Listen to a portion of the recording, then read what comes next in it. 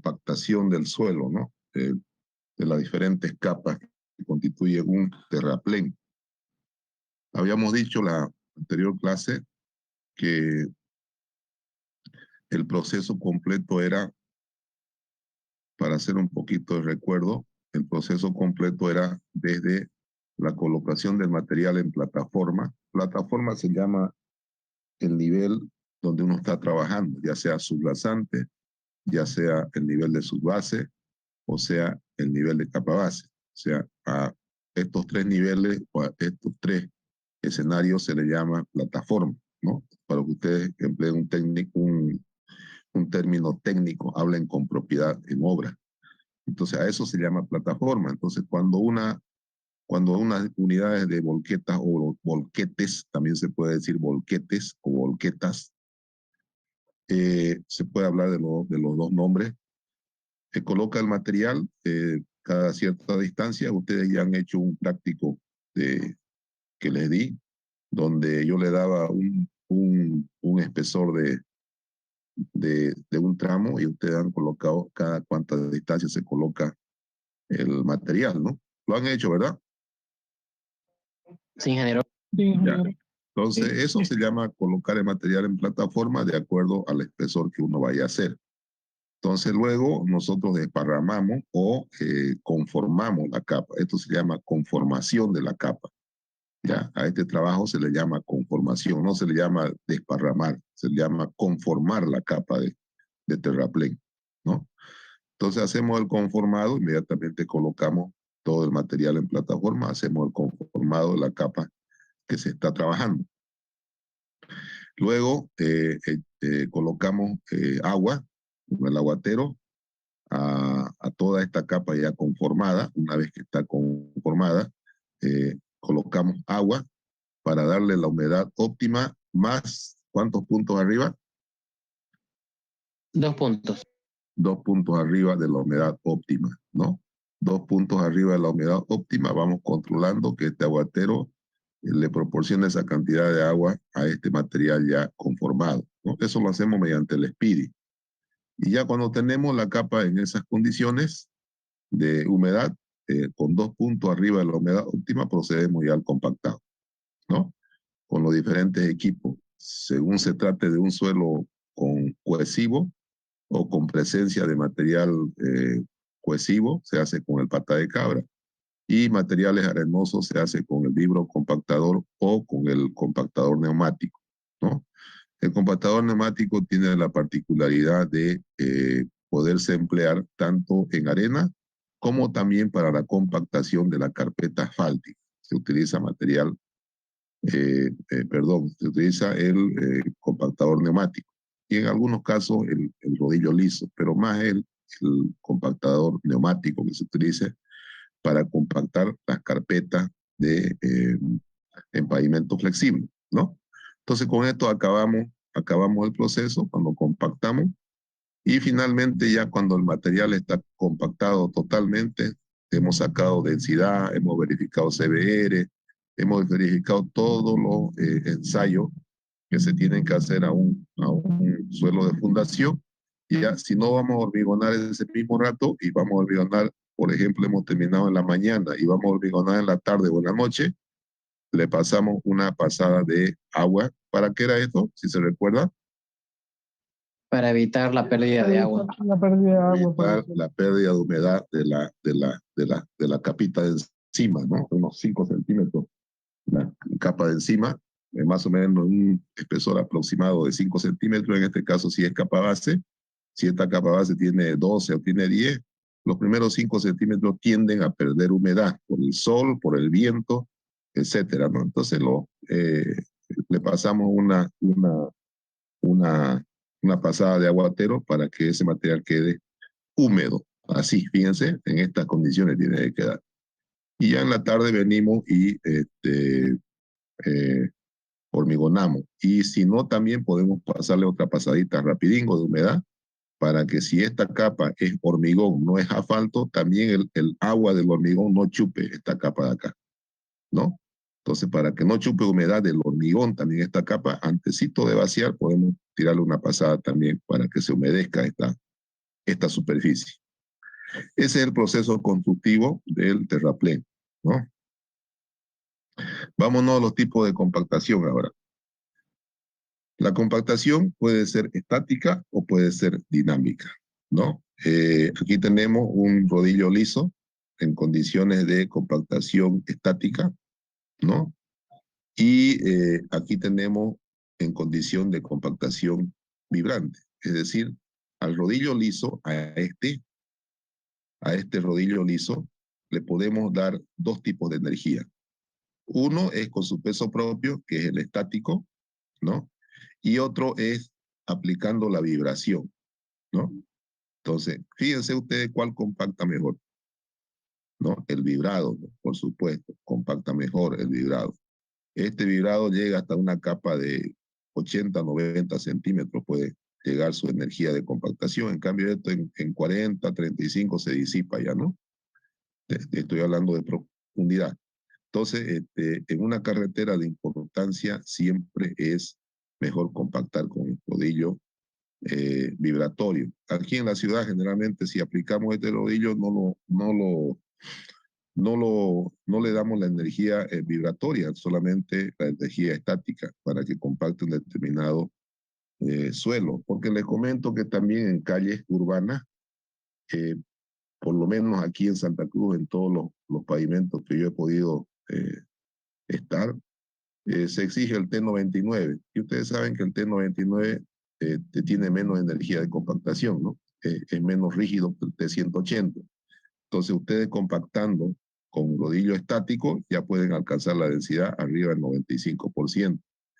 Pero no ocurre eso con el T180, que tiene mayor energía de compactación, ¿no? Y exige mayor compactación. Entonces ahí necesariamente las carreteras se exige T180, ¿no? T180 tenemos que hacerlo con vibrador porque tenemos que agarrar una mayor energía de compactación. Y finalmente aquí está comparando un compactador también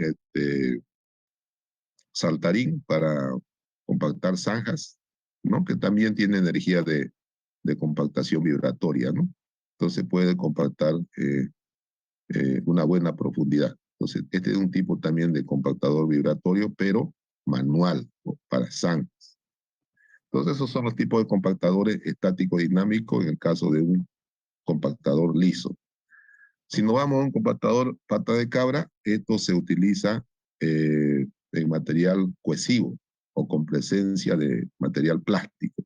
Es decir, aquellos limos plásticos o arcilla o con presencia de arcilla o limos con presencia de arcilla también se puede compactar con este eh, compactador que es el pata de cabra, ¿no? Y ustedes dirán, ¿qué espesor tengo que darle a esta compactación? Cuando hago pata de cabra, un espesor equivalente más o menos a la altura del diente de cada pata, ¿no? La altura de la dimensión de cada pata, más o menos eso tiene que ser el espesor de la capa. Ya lo vamos a ver cuánto mide más o menos esta pata de cabra, unos 10, 12 centímetros, ¿no? Entonces, en esas capas se tiene que compactar, ir compactando en capas equivalentes a este espesor, ¿no? Entonces, este equipo no es vibratorio, ¿no? Este equipo es por peso propio, estático, pero tiene la particularidad que va amasando, ¿no? Va amasando y la compactación es de abajo hacia arriba. La compactación es de abajo hacia arriba. De tal manera que va compactando las capitas de abajo, va compactando y después ya esto no va entrando, ya la pata no va entrando, eso quiere decir que ya está compactado. Hasta que llega a la superficie de arriba, ya la pata no entra. Ahí quiere decir que ya está compactado al máximo, ¿no? Y el control lo hacemos también de humedad con el Speedy, lo mismo que en cualquier otro compactador, ¿no? Entonces, vuelvo a reiterar, el liso es para material arenoso y el pata de cabra es para material cohesivo, ¿no? O con presencia de material plástico. Y aquí tenemos ya el vibrocompactador. A este se llama vibrocompactador, ¿no? O compactador de carril liso, pero con energía vibratoria, ¿no? Y fíjense que esta es la onda que se genera, ¿no? Por la vibración. La onda que se genera y eso hace que se compacte mejor el terreno. Aquí ya está aplicando vibrocompactador. ¿Y por qué no aplicamos vibrocompactador también en las calles? porque algunas construcciones que son muy viejas o ya de mucha data pueden tener problemas de fisuraciones, ¿no? Y hasta algunas se pueden caer si aplicamos vibratorio. Por eso es lo que no se aplica vibratorio en calles urbanas. Aquí en Santa Cruz, la mayor parte de la ciudad se ha hecho con rodillo neumático. El neumático se utiliza en las calles de aquí de Santa Cruz porque es un material básicamente limoso que tiene presencia de material cohesivo. Entonces ese, por ser un material predominante de arena, pero con presencia de material cohesivo, el compactador ideal es el neumático, ¿no? Entonces, las mayores calles de Santa Cruz se han hecho con neumáticos, no con este material, porque al meterle vibración puede haber problemas en las casas, ¿no? De fisuración, en las bardas, etcétera, etcétera, ¿no? Entonces, esos son los tipos de compactadores que se utilizan. Más adelante vamos a ver el neumático, pero en el caso de este tipo de compactación eh, de rodillo liso, puede ser estático o puede ser vibratorio. Y el pata de cabra no es vibratorio directamente por su peso. Bien, humedad del suelo. Yo le había dicho a ustedes que cuando vayan a construir una carretera, dos cosas tienen que saber. ¿Cuáles son esas dos cosas para que hagamos un recuerdo? ¿Quién me puede decir? Había insistido yo en que ustedes tienen que conocer un ensayo de laboratorio que es La humedad fundamental. del suelo. Así es. ¿Y qué más? ¿Qué más? Doctor. Humedad óptima y densidad máxima del suelo. Eso. Tenemos que conocer bastante el Proctor. ¿Por qué el Proctor? Porque el Proctor le da a uno la densidad máxima, seca, y le da la humedad óptima, por un lado. Por otro lado, del mismo Proctor se sacan los especímenes para hacer el ensayo de CBR, ¿no? Entonces, es tan importante conocer este ensayo que otra vez, fíjense, se lo vuelvo a mostrar. Ahí está, para que ustedes no se olviden, ¿no? Entonces, esta curvita no la van a soltar ustedes cuando estén en carretera, ¿no? No la tienen que soltar. Sus ensayos de laboratorio, el ensayo Proctor de compactación, ¿no? Entonces, donde van a tener ustedes ahí de primera mano la humedad óptima y la densidad seca máxima. Es importante, si nos referimos a la humedad del suelo, fíjense lo que dice aquí. El contenido de humedad de un suelo a compactar tiene que ser una importancia decisiva, ahí está, decisiva durante el proceso de compactación. De ahí la importancia de hacer un control riguroso respecto de los parámetros obtenidos en los valores de humedad óptima de laboratorio. Y ustedes me dirán, ¿pero qué tiene que ver con el equipo? Claro que tiene que ver con el equipo. Si ustedes no compactan la humedad óptima, ¿qué va a pasar? No va a compactar esa capa y nuevamente tiene que meter su equipo y nuevamente el equipo y ahí va a haber un montón de gastos en equipo y el dueño de la empresa le va a reclamar porque ha hecho 3 veces este trabajo, ¿no? Entonces, tienen que conocer muy bien este ensayo de compactación, ¿no? Tienen que conocerlo muy bien, tienen que saberlo hacer, tienen que saberlo interpretar. Entonces, fíjense, nuevamente yo recalco la humedad óptima, ¿no? Si el contenido de humedad del suelo es menor a la humedad óptima del laboratorio, se tendrá que incrementar el agua, que es lo que le decía, meta más aguatero, mediante el empleo de aguatero. Y si su contenido de humedad es mayor a la óptima, se realiza el proceso de aireación. Esto es cuando está más de 2 puntos por encima. Me pasé de agua, digamos, con 10 puntos arriba. Ahí tengo que airearlo un poco, ¿no? El material para que llegue 2 puntos arriba de la óptima y ahí poder compactar. ¿Cómo se hace el aireado?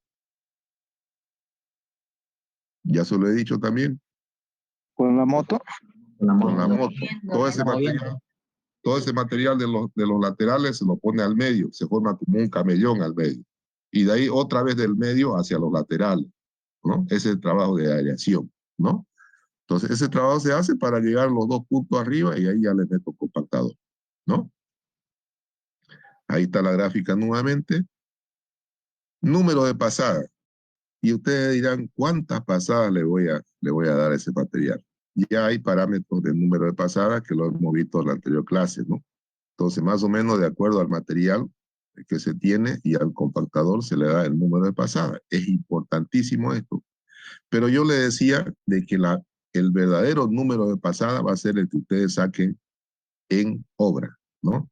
Y les decía también que para cada equipo o para cada dos equipos hay un apuntador, un muchacho que está apuntando ahí cuántas horas ocupó ese material en X tramo o en un tramo de X longitud, ¿no? Entonces de ahí ustedes sacan el rendimiento de la cantidad de pasada que le ha hecho a ese tramo y también la cantidad de horas que han empleado en compactar ese tramo bajo un determinado espesor, ¿no? Entonces es muy importante el número de pasadas. Ya lo hemos visto en la anterior clase, más o menos cuáles son los números de pasadas de acuerdo al tipo de compactador y de acuerdo al espesor que se tiene, ¿no? Es muy importante tener el número de pasadas. Es importante que en el momento de superponer una pasada con otra se tenga una superposición de por lo menos 20 centímetros. ¿Qué quiere decir esto? Que compactamos una franja de la calzada. Cuando vamos a compactar la otra franja, tenemos que superponer 20 centímetros entre la anterior y la actual. En la moto, ¿cuánto era? 60 centímetros. 60 centímetros. En compactación podemos superponer 20 centímetros, nada más, ¿no? Entonces, eso se recomienda para hacer el traslape entre una pasada y otra. Pero tienen que tener muy en cuenta el número de pasadas. Ya saben por referencia los números de pasadas para cada tipo de material que hemos visto en la anterior clase. El espesor. En la tabla se muestran los espesores máximos recomendados para los diferentes compactadores. También hemos visto estos espesores, ¿no? No es nomás meterle cualquier espesor. Se recomienda X cantidad de altura para determinado equipo de compactación. Es importante también. Homogeneización de las capas. Es importante que la capa esté suelta, que no tenga terrones, ¿no? Que no tenga grumos de suelo. Entonces es importante que esté bien suelta y para eso también se hace la correspondiente homogeneización con la moto también. El mismo trabajo que se hace para aerear, el mismo trabajo se hace para homogeneizar el material, ¿no? Otro elemento importante a tomar en cuenta es la velocidad también. Si ustedes le dan una mayor velocidad a la recomendada para una determinada capa, no le va a compactar igual. Tiene que ser una velocidad apropiada para el espesor de capa y para el tipo de material que tenga. Eso también ya está recomendado, lo hemos visto en la anterior clase, ¿no? Recomiendan, pero aquella que ustedes levanten en obra, esa va a ser pues la real que van a tener en obra, ¿no? Pero ya tienen parámetros ustedes para decir tanto de velocidad tiene que ir la moto y además yo le digo un elemento muy importante, si están preocupados por decir, caramba, tengo que saber la velocidad, tengo que saber el tipo de equipo, tengo que saber el tipo de material que voy a compactar, tengo que saber mucho. No. Bueno, obviamente sí, tienen que saber, pero no se preocupen porque usted al hacer una carretera tiene que contratarse un capataz de movimiento de tierra, se llama. Y ese capataz de movimiento de tierra se la sabe todinga esta ya.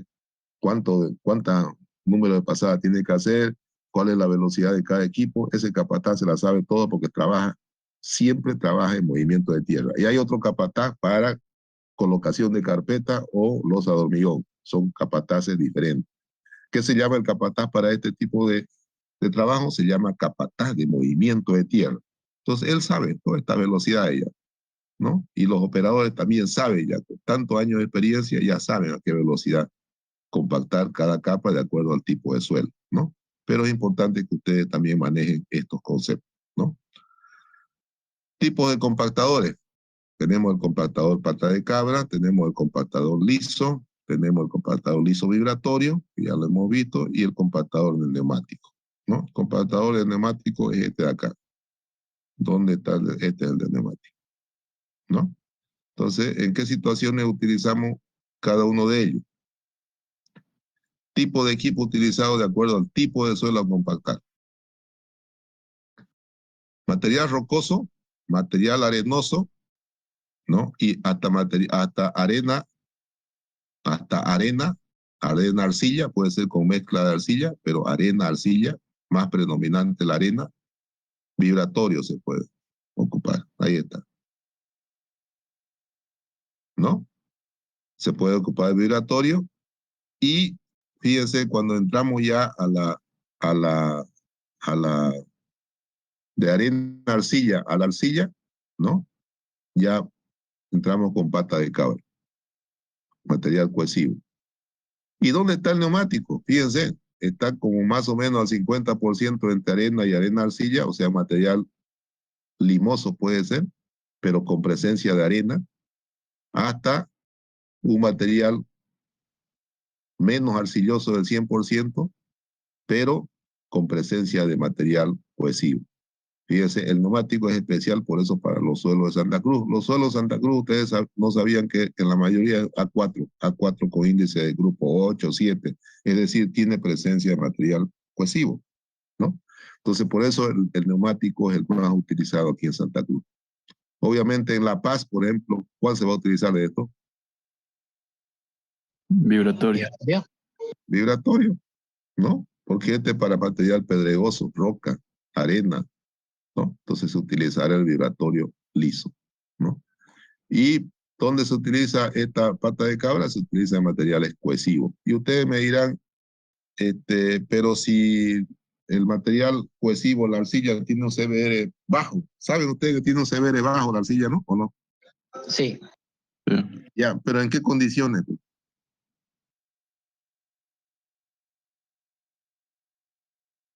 Ese es un concepto. Sin consolidar. Ya, pero hablemos a ver de presencia de agua. ¿En qué condiciones la arcilla tiene un CBR bajo? Este es un concepto que quiero aclarárselo. Tiene un CBR bajo cuando la arcilla está saturada. Es decir, cuando está con presencia de mucha agua. Ahí se vuelve chicle, ¿no? Tu CBR es prácticamente 0, 5, 2, 3. Pero la arcilla seca, ¿qué pasa? Se endurece. Se endurece como una piedra y tiene un CBR altísimo. Entonces, no hablen ustedes cuando le dicen, había sido arcilla. No, esto no sirve para nada, lo saco. Si ustedes ponen arcilla en terraplenes donde no hay presencia de agua o poca probabilidad de agua, eso les funciona bien. Revisten los taludes con, con grama y evitan que la humedad le entre a la arcilla y la arcilla se comporta como un material muy bueno para terraplén. Entonces, no cometan el error de hablar, la arcilla no sirve.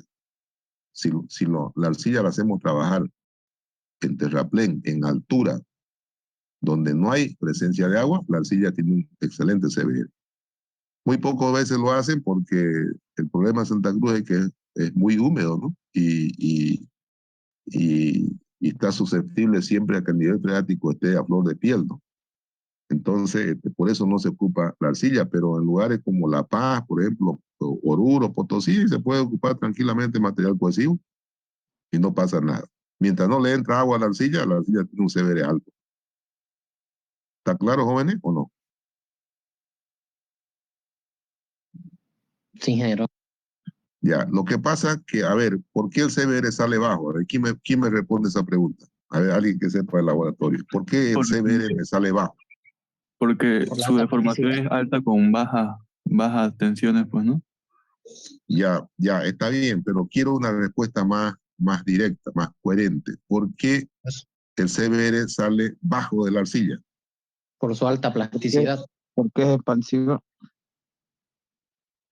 Más que eso, quiero una pregunta de laboratorio. Si alguien sabe bien ejecutar un CBR, Porque su ángulo de fricción es 0. tiene que ver eso. Tiene que ver. El ángulo de fricción de la arena es mucho más alto que el de la arcilla. O sea, no hay rozamiento entre partículas en la arcilla prácticamente. Pero es en condiciones de saturación. Cuando no está saturado, hay fricción.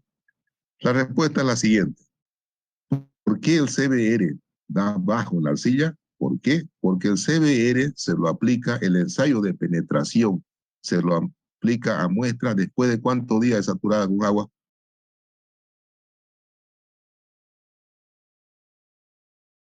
Ustedes parece que han estado en pandemia. Bueno, dígame si es así. A ver, ¿han estado en pandemia, no? ¿Llevando suelo o no? Sí. Sí. Con razón. No los culpo, pero le voy a explicar para que ustedes sepan.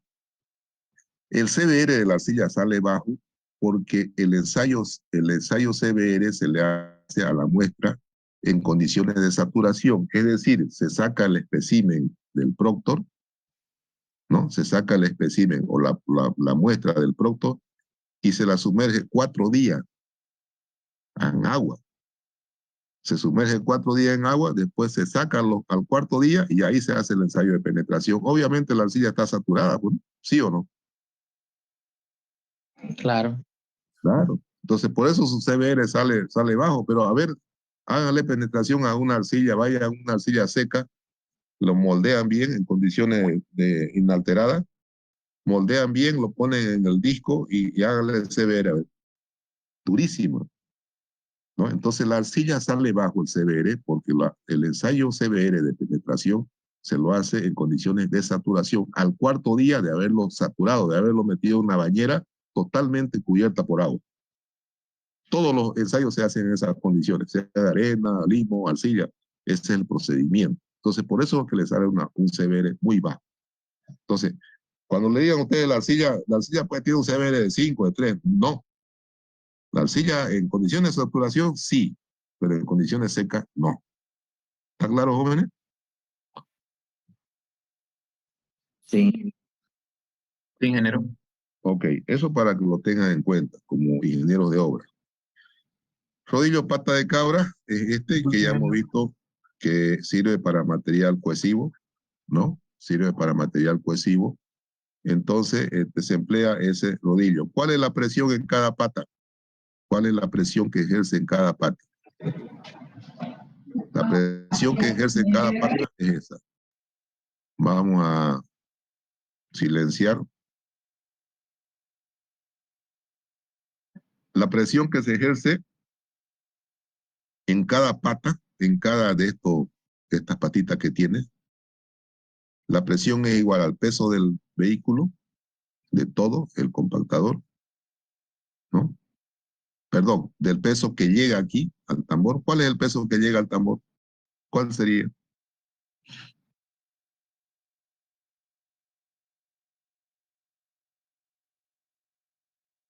A ver, física 1. ¿Cuál es el peso que llega al tambor? La mitad del peso bruto. Si está al medio, ¿no? Si está al medio, Depende del esto centro de gravedad. depende del centro de gravedad. Este dato de cuánto llega aquí, evidentemente, el peso total está aquí más o menos al medio. Se distribuye en 2 apoyos. Eso es física 1. Pero ya en las especificaciones del equipo ya viene cuánto de peso traslada aquí, porque este peso es mayor que este, ¿no? El motor está aquí, pero aquí hay un peso grande. Entonces ya a usted las especificaciones técnicas le dice cuánto llega aquí del total del tonelaje de este equipo y cuánto llega a esta rueda. Entonces ya sabemos el peso que llega aquí al tambor. Entonces ese peso es, ¿no? Dividido entre NBS, ¿qué es esto? El área de contacto. Área de contacto. La partecita de aquí de abajo. NBS, el área de contacto. Entonces ese viene a ser la presión en cada parte, ¿no? Si alguien quiere sacar algún dato. La presión ejercida en función del peso del rodillo y la superficie de apoyo. Eso es lo que hemos explicado. Cubrimiento del rodillo. ¿A qué se refiere el cubrimiento del rodillo? Se refiere a la relación que existe entre el área de las patas y el área del total del rodillo. ¿Qué porcentaje cubren en área las patas del total del rodillo? Eso multiplicado por 100, ese es el cubrimiento que hay del rodillo, ¿no? Son formulitas que solamente para efecto de que ustedes manejen la parte geométrica nada más. El número de pasadas de rodillo. A mayor número de pasadas se obtiene una mayor compactación. Ya hemos visto que esta compactación es de abajo hacia arriba. Hasta que no entre la pata, ahí quiere decir que ya está compactado, ¿no? Ese es un indicador, ¿no? Y eso sería en cuanto a rodillo. Ya vamos a ver su rendimiento cuando hagamos ejercicio. ¿Hay alguna duda hasta acá? Sí, ¿Todo ingeniero. claro? Ahí en la revista decía tambor de pisones. ¿Cuál? Ahí en la revista decía tambor de pisones. ¿Cuál sería ese? ¿Dónde dice tambor de pisones? En el gráfico Donde de nos los mostró la... compactadores versus el tipo de suelo. Aquí, Sí, Sí, dice vibrador de pisones y de pisones de Caterpillar. ya estos son otros Tambor de tipos de pisones. compactadores. Son otros tipos de compactadores que no lo usamos aquí. ¿Ya? Son otros tipos de compactadores que lo usan en otros lugares de Europa, pero no lo usamos aquí. Se refiere a otro equipo. ¿Ya? Nosotros nos manejamos con estos tres. ¿Está claro? ¿Y el tambor de pisones cuál es?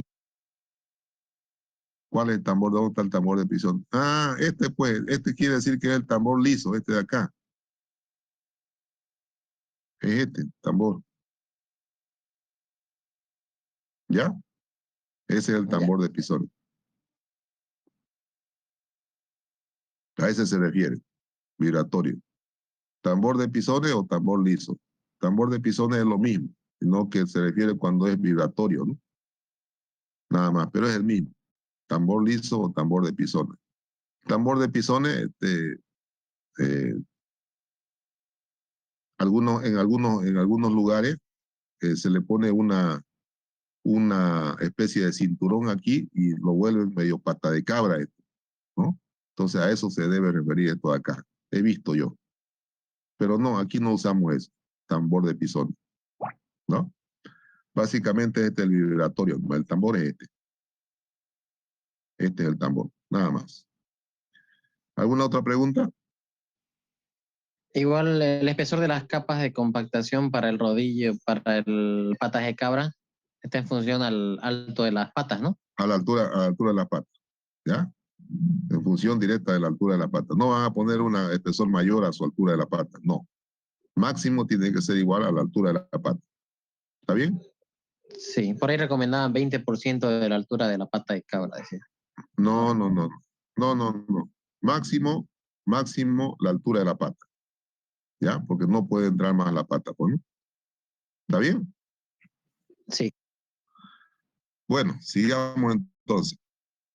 Tenemos el compactador neumático, que es el que más utilizamos en Santa Cruz en las calles y avenidas. Se van a fijar, este es el que más utilizamos. ¿Por qué razón? Ya lo dije anteriormente. Por la vibración. Ya, uno es por la vibración y el otro, el más importante, ¿por qué era? Ya lo dije anteriormente. el tipo de Por suelo. el tipo de suelo. Por el tipo de suelo. El tipo de suelo que tenemos, fíjense, en Santa Cruz está caracterizado aquí. Material arenoso, pero fino, o sea, es un limo, ¿no? Y entra dentro de materiales plásticos también. Entonces, fíjense que es cabalingo el neumático, ¿no? O sea, no usan el neumático porque le dio la gana, ya, trae ese neumático, no, porque el suelo tiene estas características, ¿no? El suelo de Santa Cruz. Entonces van a ver ustedes que casi en todas las calles van a ver este compactador. Bueno, entonces utilizamos el compactador neumático, ¿no? Este neumático tiene la particularidad de que, fíjense, tiene aquí 4 ruedas y atrás, ¿cuánto tiene?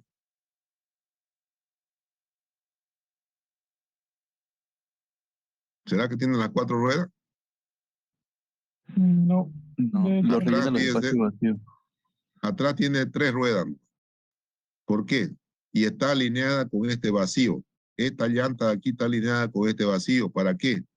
Para que por detrás venga compactando el vacío que dejó este tren delantero. Entonces, fíjense que atrás tiene 3 llantas. Una ocupa este vacío, otra este y otra este. Y en realidad ya compacta todo en una pasada con el compactador. ¿Se ha entendido o no? Sí. Ya. Entonces esa característica tiene este compactador. Aquí atrás tiene 3 llantas, adelante tiene 4. Lo que no compacta estos espacios, lo compacta las ruedas de atrás, ¿no? Bueno, estos son los compactadores de rodillo liso, que ya lo hemos visto también, y ya sabemos qué es lo que compacta. Más o menos el peso total de esta unidad está en 5.000 a 10.000, igual estos de acá. Hay hasta 12 toneladas, pesan estos. Desde 6 hasta 2, 5 hasta 12 toneladas pesan estos compactadores. Igual el rodillo liso, ¿no? De 5 a 10.000 kilogramos. Anchura del tambor, ahí está, ¿ves? Este es el tambor. Anchura del tambor está en 1.600 a 2.200 milímetros, es decir, de 1,60 metros hasta 2,20 metros. El diámetro es de 1,22 hasta 1,74, 5. La frecuencia de vibración, cuando lo hacemos vibrar, es de 1.700 revoluciones por minuto. Es decir, es bastante vibrado, ¿no? Entonces esto vibra. 1.700 revoluciones por minuto. Capacidad de compactación, 500. Fíjense cuánto es su rendimiento. De 500 a 1.000 metros cúbicos por hora. Eso compacta. ¿No? Después vamos a ver la ficha técnica de cada uno cuando hagamos ejercicio. Pero más o menos para ir adelantando, estos son los números que desarrolla este compactador, ¿no? Espesores de capa. Aquí está. Este cuadro es importantísimo. Rodillo vibratorio de menos de 1.000 kilos. O sea, aquellos rodillos que tienen menos de 1.000 kilos de peso, ¿no? De peso estático. Es decir, lo que pesa el equipo. Espesor máximo de la capa, 15 centímetros. Rodillo vibratorio de más de 1.000 kilos, más de 1 tonelada, que pese el rodillo en conjunto, en total. Puede compactar capas de 20 centímetros. Rodillo vibratorio de más de 5.000 kilos, más de 5 toneladas, hasta 30 centímetros. Rodillo vibratorio de más de 10.000, ¿no? De peso estático, 60 centímetros. Y rodillo pata de cabra de más de 5.000 kilos, 20. Esto más o menos es el espesor de la pata. Varía de 12, 10, 12 hasta 20 centímetros la pata. Rodillo neumático es aconsejable solamente 15 centímetros. Fíjense que lo que más penetran son los vibratorios. ¿Por qué? Por el efecto de vibración, ¿no? Por la energía de compactación. Son los mayores espesores. Rodillo neumático, capa de 15 centímetros. Yo siempre he compactado con el neumático, capa de 15 centímetros. Placa vibratoria, ya estas son las placas que usamos manualmente, ¿no? Pueden utilizar hasta 15 centímetros. Y pisón mecánico también, 10 centímetros. Esto nada que ver con los equipos. Y hasta aquí en equipo de obra, ¿no? Rodillo neumático. Aquí tenemos el pata de cabra. Entonces, fíjense, el vibratorio por la mayor energía de compactación hasta 60 centímetros. Podemos compactar tranquilo, ¿no? Entonces, esas son las capas de acuerdo al tipo de equipo que tengamos y de acuerdo a las características de peso. Tipo de equipo adecuado para qué y no adecuado para qué. Rodillo liso, arenas y gravas bien graduadas, limo y arcilla de baja plasticidad, ¿no? No adecuado para arena uniforme, arenas limosas, arcillas blandas. Rodillo de reja, no sé cuál será el rodillo de reja, pero aquí está el rodillo pata, apisonadora, pata de cabra. Aconsejable para arena y grava con más de 20% de fino. La mayor parte de los suelos de granos finos. Entran las arcillas, ¿no? Suelo de grano muy grueso, no compacta, bien. Grava así fino, no compacta. O sea, para las gravas no es recomendable la pata de cabra. Rodillo neumático, la mayor parte de los suelos de grano grueso y fino se puede compactar. Arcilla muy blanda, suelo de consistencia muy variable no se puede hacer con este tipo de equipo. Finalmente, rodillo vibratorio, arena y grava sin finos, suelos húmedos, cohesivos, limo y arcilla en suelos con 5% más de finos, suelo seco no se puede compactar. Entonces aquí tenemos un detalle más o menos en qué situación nosotros podemos agarrar uno u otro equipo, de acuerdo a las características del material.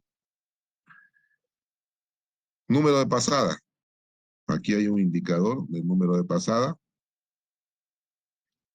Son parámetros, ¿no? Como le dije anteriormente, no son algo definido. Ustedes lo sacarán el rendimiento en obra y ya tendrán su propia base de datos, ¿no? Pero como una orientación o referencia, esto es fruto de la experiencia también, obviamente, no es que ponen números fríos así, son frutos de experiencia también estos datos.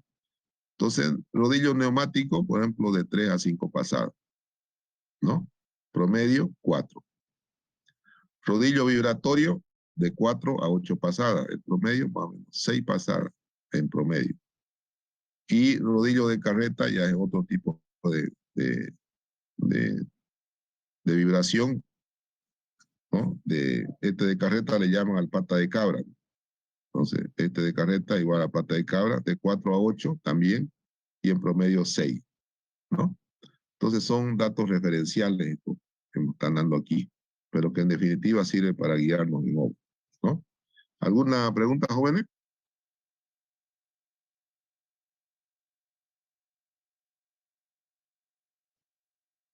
¿Está todo claro?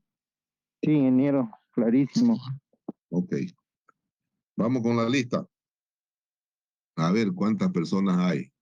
Vamos a hacer cálculo, vamos a hacer ejercicio en la próxima clase, ¿ya? Vamos a hacer rendimiento, vamos a poner aquí las especificaciones técnicas del Caterpillar y vamos a hacer ejercicio empleando esta fórmula de rendimiento. Prefiero hacerla la próxima clase.